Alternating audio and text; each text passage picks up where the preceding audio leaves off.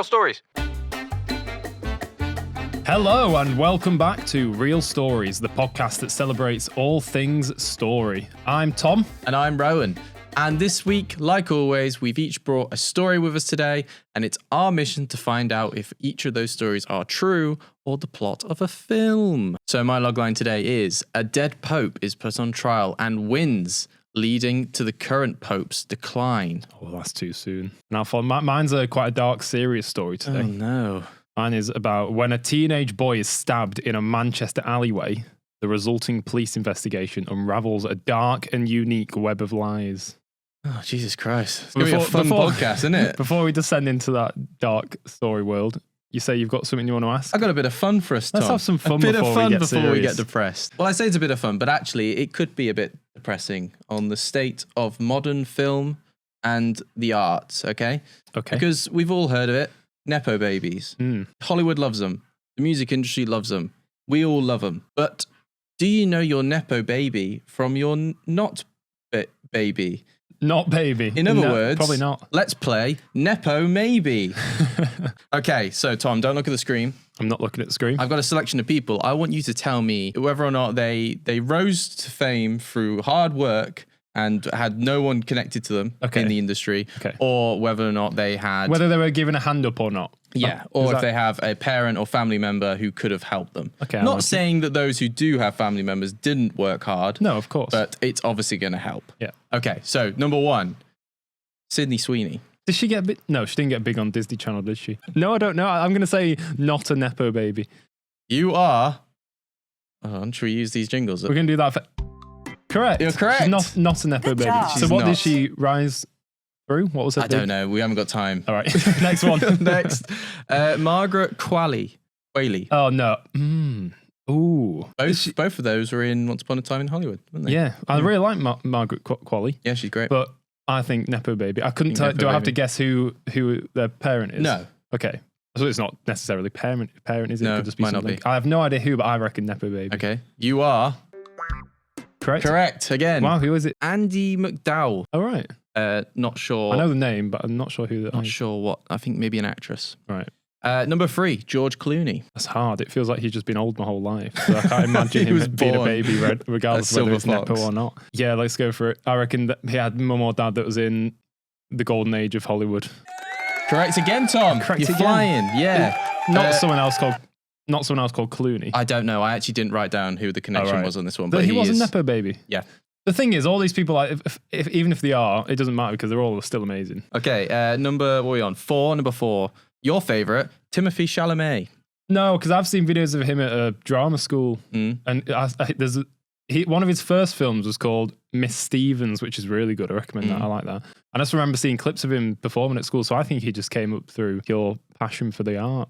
Well, Tom, you are wrong. You are wrong. He's a fraud. Well, no, he's not a fraud. But his uncle is a director. He's called Rodman Flender. I think he directed The Office, the US Office. Do we think that's why Timothée Chalamet is now the biggest film star in the world? Maybe not, but I'm sure it got him in the room. It will have helped. The room where it happens. Okay, yeah. I can't remember what number we're on. Zendaya. No, I don't think Nepo baby. No? She was on Disney Channel, wasn't she? There's always weird things about parents on Disney Channel. I think you don't put if you've got strong don't go anywhere near that morals. mouse. No, you are correct. Not a Nepo baby. She's not a Nepo baby. Michael B. Jordan. No. No? No. You sure? He's just beautiful. Incorrect, Beautiful and Tom. talented. His dad is Michael A. Jordan, of course. No, I'm joking. He's not a Nepo baby. He's not? No, he's All not. right. Gracie Abrams. Yes, J.J. Abrams. Yes. That's his Bizarre. daughter. I wonder if she likes a lens flare. I think you did pretty well there. Yeah, I wasn't keeping most of track, them. but I think you did pretty good. The great thing about that game, Tom, is there's so many Nepo babies out there. So we could play again. Okay, anyway, enough of this nonsense. Let's crack on. Real stories. So, I'll remind you of my logline. When a teenage boy is stabbed in a Manchester alleyway, the resulting police investigation unravels a dark and unique web of lies. This sounds sad and ominous, Tom. Yeah, so not really ominous. There's no hint of anything here. It's just straight up dark. Okay. But so if you make a single joke during this, I'll Batista bomb you onto the God, table. how are we going to make a TikTok out of this, Tom? We're in the early 2000s, and as I said, there's going to be a few recognizable names for us as two people that live in Manchester. I was born, you were bred here. No. That doesn't make sense. Anyway, I make bread here. we're going to meet Mark, who is a 16-year-old boy living in Manchester, and he's a bit of a recluse, okay, in a respectful way to him. He doesn't really have any friends, and he barely ever leaves the house. And this is the early 2000s, okay, so the internet was new. It was refreshing. It was fresh, sorry. It was exciting. And he spends a lot of time on quite a murky part of the internet at that point, which was chat rooms. Because chat rooms, even these days now, they're questionable. It's the sort of place where things spread like wildfire. So. But back then, a lot darker now. At least now, there's some platforms that are moderated. Back then, it was just the Wild West. Okay, no moderation whatsoever. No one knew who people were or what they were seeing or what they were saying. Like Twitter today. Essentially, yeah. And one day, Mark is on a chat room and he starts speaking to a girl called Betty, who is 16 years old, so the same age as him. And they get on really well, which is bizarre for Mark because he's not used to getting on with people. He is a recluse. He lives in the dark cave of his bedroom. And he starts feeling like he'd maybe quite like to meet her in person. He thinks, Betty, I want you in my life. Oh, no. Which is it's actually a nice thing that. He's found a girl that's going to bring him out of his cave, okay? Tom, this isn't going to end well, is it? It might do. I don't trust this Betty. For a multitude of reasons, okay, Mark and Betty never actually managed to meet. I don't know if you've ever seen like Catfish. Yeah. So I'm not saying she is a catfish, but you know when there's these stories where people are like, sorry, I can't come. I was going to, I've just got lost. I missed the bus and now there's not another bus till 2018. So for whatever reason, they never actually meet.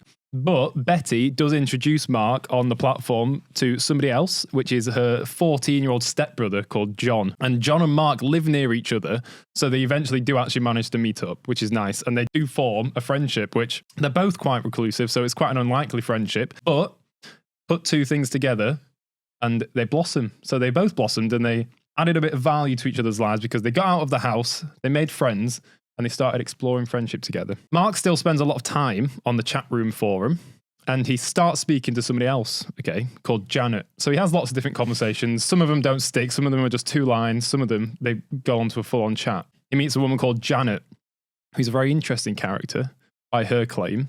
She claims to be a British secret agent. Okay. Now, if someone tells you on an internet platform, on an internet chat forum that they're a British secret agent, you'd be a bit foolish to believe them, but... Like when you say, my uncle works at Nintendo and he says that the new Switch is coming out tomorrow. But let's remember, maybe back then, people thought, it's on the internet, it must be real. Okay, they have not seen the web of lies yet. Yeah. Literally, the interweb of lies. So she says she's a British secret agent, and Mark's like, all right, that's cool. Fair play. And she tells Mark that he has a lot of qualities that would really help him as a spy as well, as a British agent. And he really likes the idea. And he says, how could I do that? Like, what would I have to do? Just apply. LinkedIn, Indeed. He wishes it was that straightforward because she says something that's incredibly shocking to him in that moment. He's said to her, what do I have to do? And she basically just says, do you reckon you could stab someone? Oh, God. That sudden 90-degree turn there. It's gone from a conversation to a huge issue in his life. Okay, because he's thinking, oh no, I've made friends with a weirdo here. Yeah. And the conversation went a little something like this. Could you stab someone? I haven't really thought about it. Well, think, please. Okay. So Mark sounds a bit subservient here. He's just a bit like, okay, I'll have a think about it. Yeah. She says to him that to stab someone would be to prove his allegiance to his country, even more so if that stabbing results in murder. So if he takes somebody's life, she says to him that it will actually end up giving him, he'll get £500,000, he'll meet the Prime Minister, and he'll be given a gun, and he'll be able to serve as a British spy. What year is this? 2003. 2003. Tony Blair. I reckon Tony Blair is finding 16-year-olds on the internet and saying, if you kill someone, I'll give you $500,000. I don't know. We don't know what's going on. Actually. We don't know what's going on. So, of course, at first, he doesn't go and kill someone because only a fool would, and Mark is no fool. Janet then does something that changes his mind and makes him think, okay, she's actually quite reputable here. I believe her now. She says, I'll prove it to you by showing you that I have been surveilling your friend, John. I can tell you now that he has just been diagnosed with a very serious terminal illness. Okay, he's got a brain tumor. And Mark is like, what the hell? 1, how does she know who John is? 2, I've not heard that from him. That is a horrible claim to make. If that's not true, she's an absolute psychopath. He ends the chat and he's like, no, I don't like that. You're joking now. And that is not the sort of joke I want to have in my life. So he moves on with his life for a day, meets up with John. And what do you reckon John tells him? John says to him, I've got some horrible news. I was recently diagnosed with a terminal illness. I've got a brain tumor and it's most likely going to kill me. Mark is distraught for 2 reasons there. Firstly, his friend actually is dying. Secondly, this crazy woman online has actually just been proved right. And she actually might be a British spy. And now he's not going to meet Tony Blair. Hey? Now he's not going to meet Tony Blair. No, if she knew that John was ill, then it means she might be an actual spy, which means her claims might be true. But he's mucked it up now because he didn't believe her. Yeah, but he just goes back and starts to chat again. All right, okay. Yeah. She really trusted him. She was like, you could be a brilliant spy. So he opens the chat back up. You go, ding, like on MSN. You know that thing where it knocks on the screen. He asks her to tell him what to do. And Janet tells him that he still needs to commit a murder to prove his allegiance to the Queen. She suggests specifically that he kills John. Oh, no. Because she's basically saying you're like an angel of death there. Like, yeah, you don't want to kill your friend, but would that be nicer for him than the suffering of going through a terminal illness? I know if that's Mark's decision. No, it's not at all. It's no one's decision apart from John. She basically said, if you kill him now, he's not going to have to go through that suffering. He spends the next few days thinking it through and kind of planning it, just as like a what if. And he does get his hands on a knife, which kind of shocks him. He's like, oh my God, I've actually gone this far. This is further than I ever thought I was going to go. Couldn't he have just gone to the kitchen drawer? Well, maybe he's a bit smarter than that. I don't think my knives could do any damage. We need to sharpen ours. You can barely go through a grape in our house. I actually, like, full on put a knife down on my finger by accident and it barely left a scratch. So being a spy is very much Mark's dream. So he's now determined to go through with it.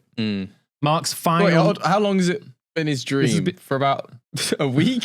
You know how the 16-year-old brain works. Yeah, it's like on Tuesday you don't care about football, then on Wednesday you want to play for Man City, so you're outside until 11 p.m. kicking balls against the wall. Yeah. His last conversation with Janet on the chat room was, you want me to take him to Trafford Centre and kill him in the middle of Trafford Centre? Oh, that's the worst place to die. Yeah. To which Janet simply replied, yes. Oh, God. And that set Mark's plans in motion. However, it didn't really, because you'll see they didn't go to Trafford Centre. The next day, Mark and John are hanging out and a CCTV camera captures them turning down a long alleyway. Then 25 minutes later, the police receive a call from Mark saying that John has been stabbed in what seemed to be a robbery gone wrong. And John was taken to Wythenshawe Hospital, where I was born. And police obviously opened an investigation to try and find this murderous robber.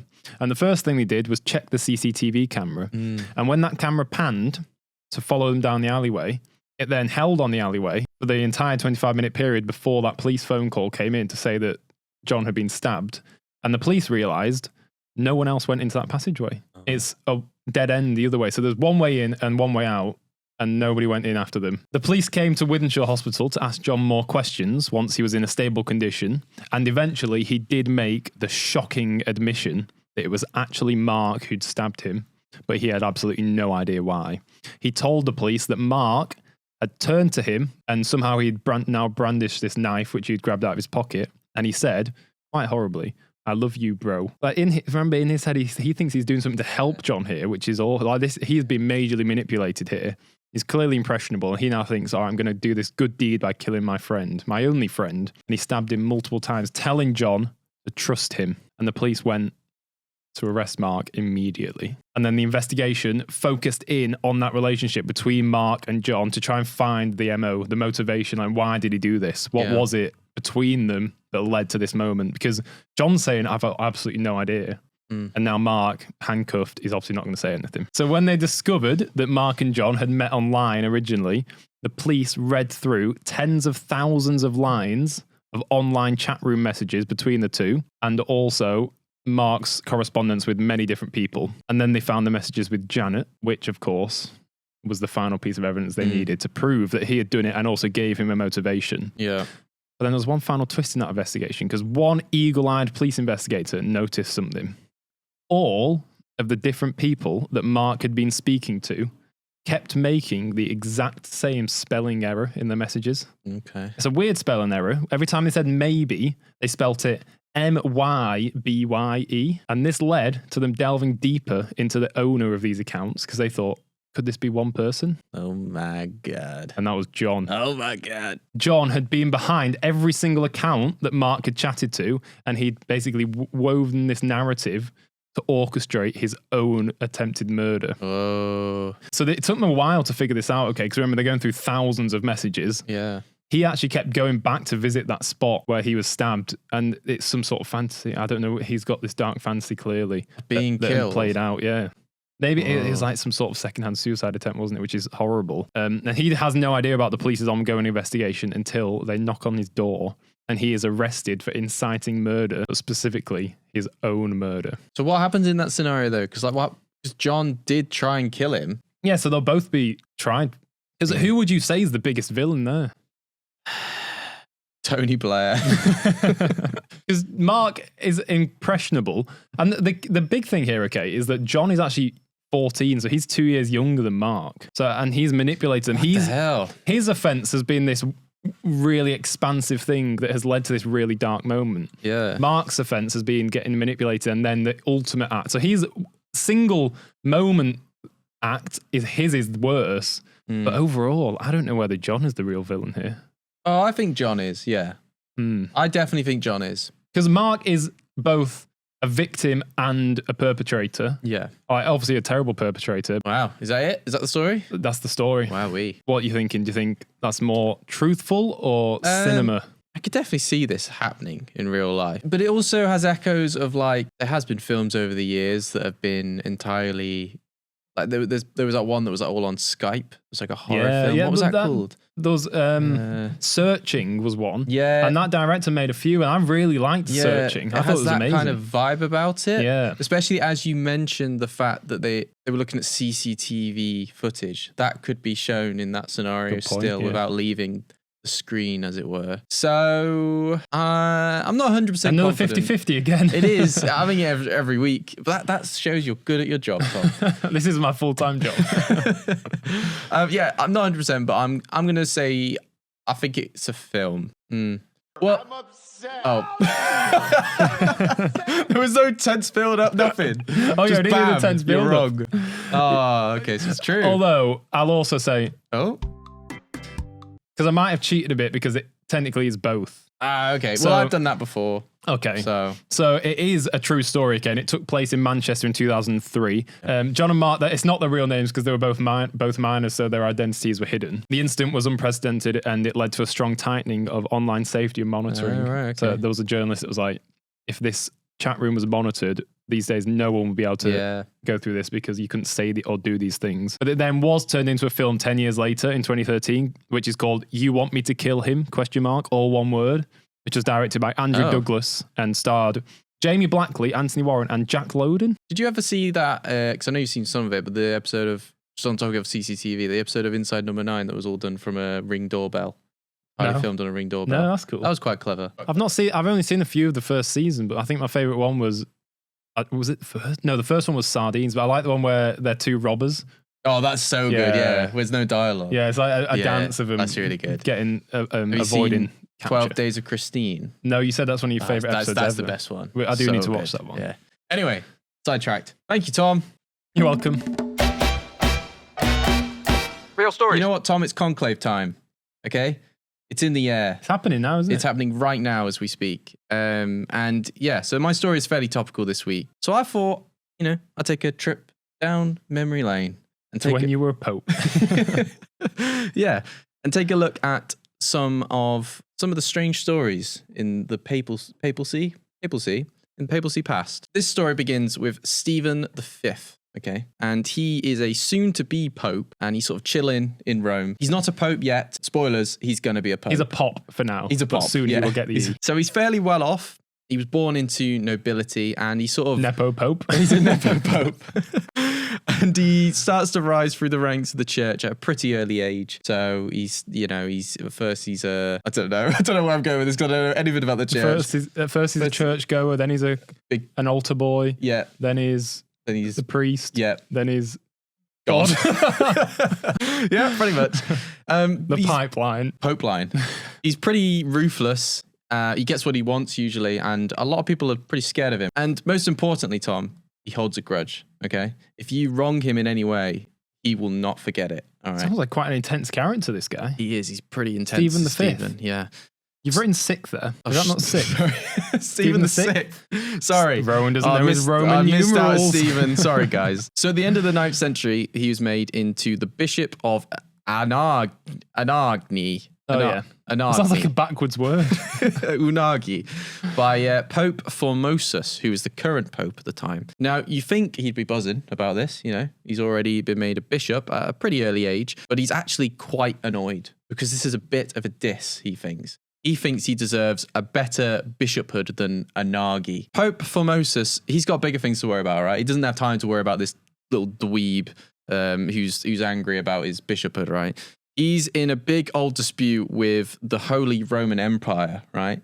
It's not your normal Roman Empire, it's the Holy Roman Empire. Yeah. Okay? That sounds like a good band. That. It does, doesn't it? Also, Europe is falling apart. Vikings keep raiding and stuff, so things aren't going well. And the actual emperor of the Holy Roman Empire hates him, can't stand this pope. So basically, all you need to know is he's got enemies on the outside, he's got enemies on the inside, and also this bloke called Stephen hates him, all right? Right, not very popular. No. That's the only pope puns we can get in. I like the Pope-mobile. I wonder if they had a Pope-mobile back then. What's the Pope-mobile? I've never seen the Pope-mobile. That little like van he goes around in, the glass van, and he waves. He actually dies after only 5 years as Pope under no suspicious circumstances whatsoever, okay? So I'm going to go back to what I said a few weeks ago, Tom. Don't be suspicious about this, all right? So ding ding. All right, it's time for a conclave. Ant and Dec rush in. Buzzers at the ready, everyone. Time to vote in. The lines are open. It's more of a Harry Hill job. Harry Hill? Yeah.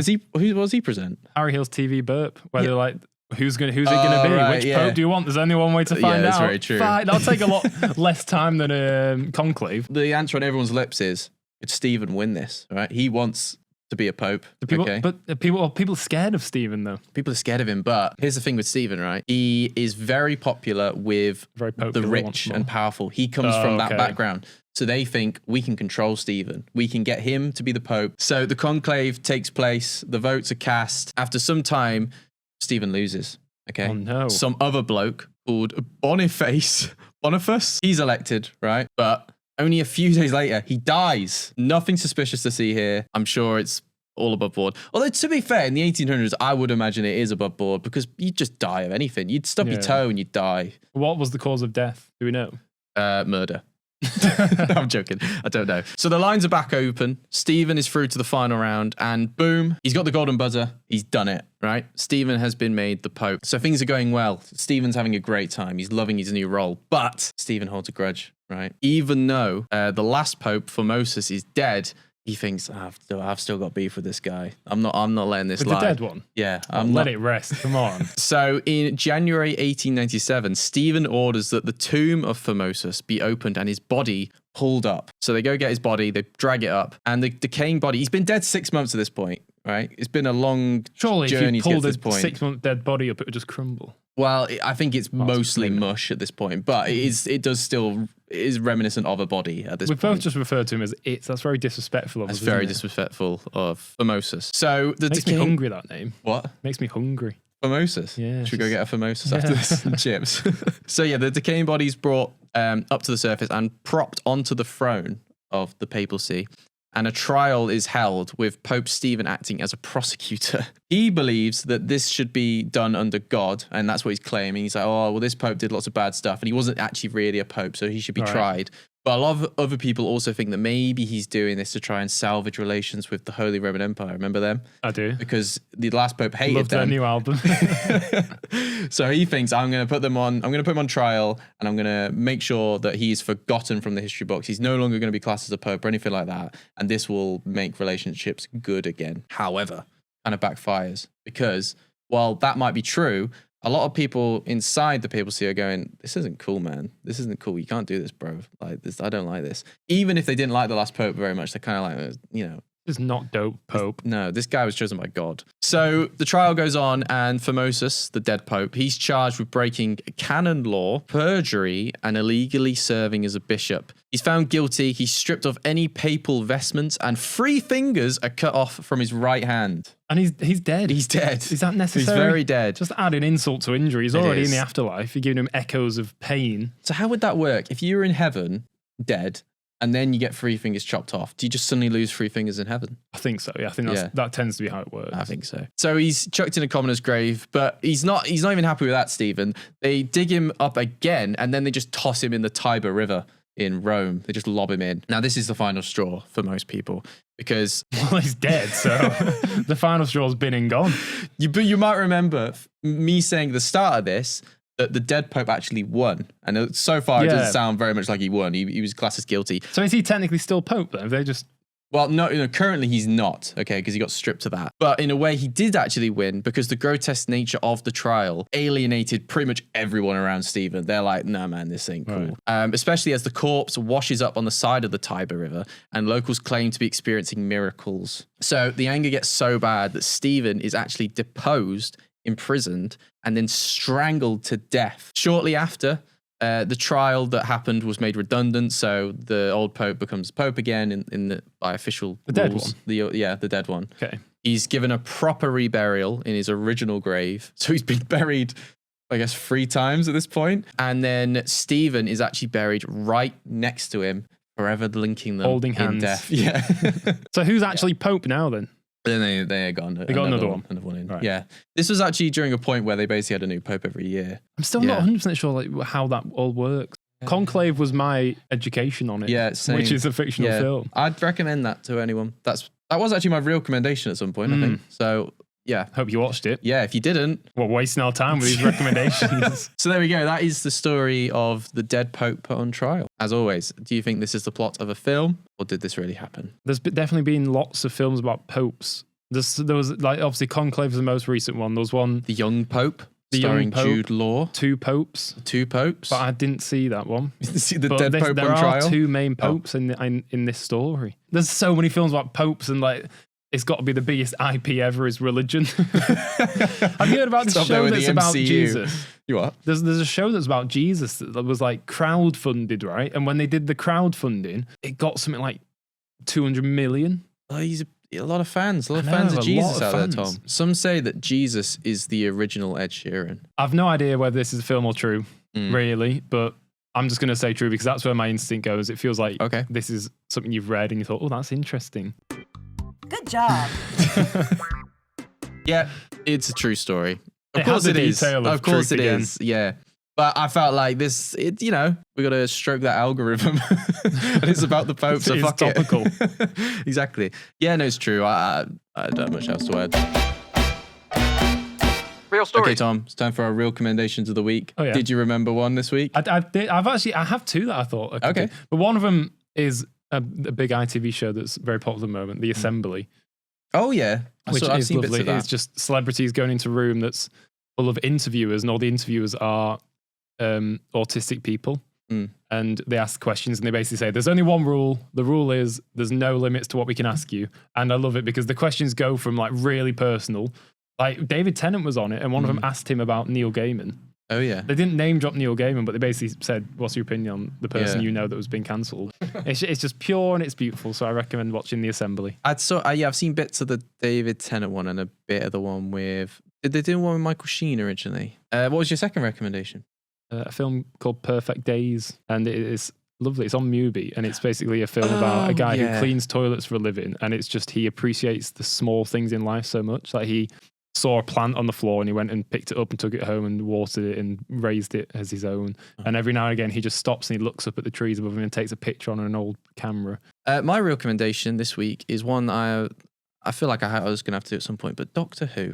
Because Doctor Who is probably my favourite show of all time. I have so many vivid memories and life moments attached to it. But yeah, the new series is pretty fun. It's all right. It's had its low points over the years, and I think it's kind of... Didn't Russell T Davies come back? Yeah, so it's currently back under Russell T Davies. Ncuti Gatwa is the 15th Doctor. There's a lot of criticism at the moment that it's too politically inclined, but I kind of don't have much time for this argument because it's always been that way. The world, everything has to be politically inclined. But like, even like, if you look at the very basic things from the beginning, like the Daleks, they're just Nazis. The Doctor has always been very much anti-capitalist, pretty much every bad guy is a fascist in some way, shape or form. It's always had those messages. I think it's a lot less subtle these days, which is that's a valid complaint. But at the same time, I'd much rather watch something that has something to say than something that doesn't. Because you get so much slop from like the likes of Marvel and Star Wars that just have nothing to say. So to have a show that's been going for 60 years, it's a family show, it's a sci-fi show, and it's trying to do something good in the world.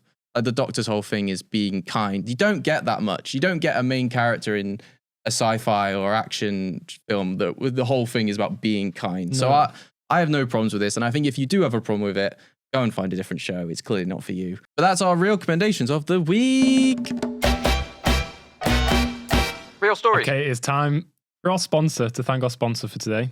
And today's sponsor is going to an inflatable adventure park on your own and not worrying about what people think. Sometimes in life, you go to places and the eyes wander around the room, okay? People are looking at you. And in those times, you feel quite self-conscious and you want to be free. You want to soar high. You want to be free of the restraints of the modern world. So why not take yourself down to a bouncy castle and jump high? And if people look at you, it's fine. It's okay because you are escaping their judgment. So if you enjoyed this episode, make sure to hit subscribe wherever you get your podcasts so you never, ever, ever miss another episode. Because we'll know. In the meantime, why not check out our socials on Instagram, TikTok, and YouTube? And we would love to hear your own reel or reels. And also, are we going to change the release date to Monday? Yes. Yeah. Well, this one will be out on Monday. Friday. On Monday. Until next time. Was that it? Have you got any final remarks? I don't know. Don't we usually say something else? So until next time. Until next time. Have a lovely time. week, folks. Bye. See you on Monday.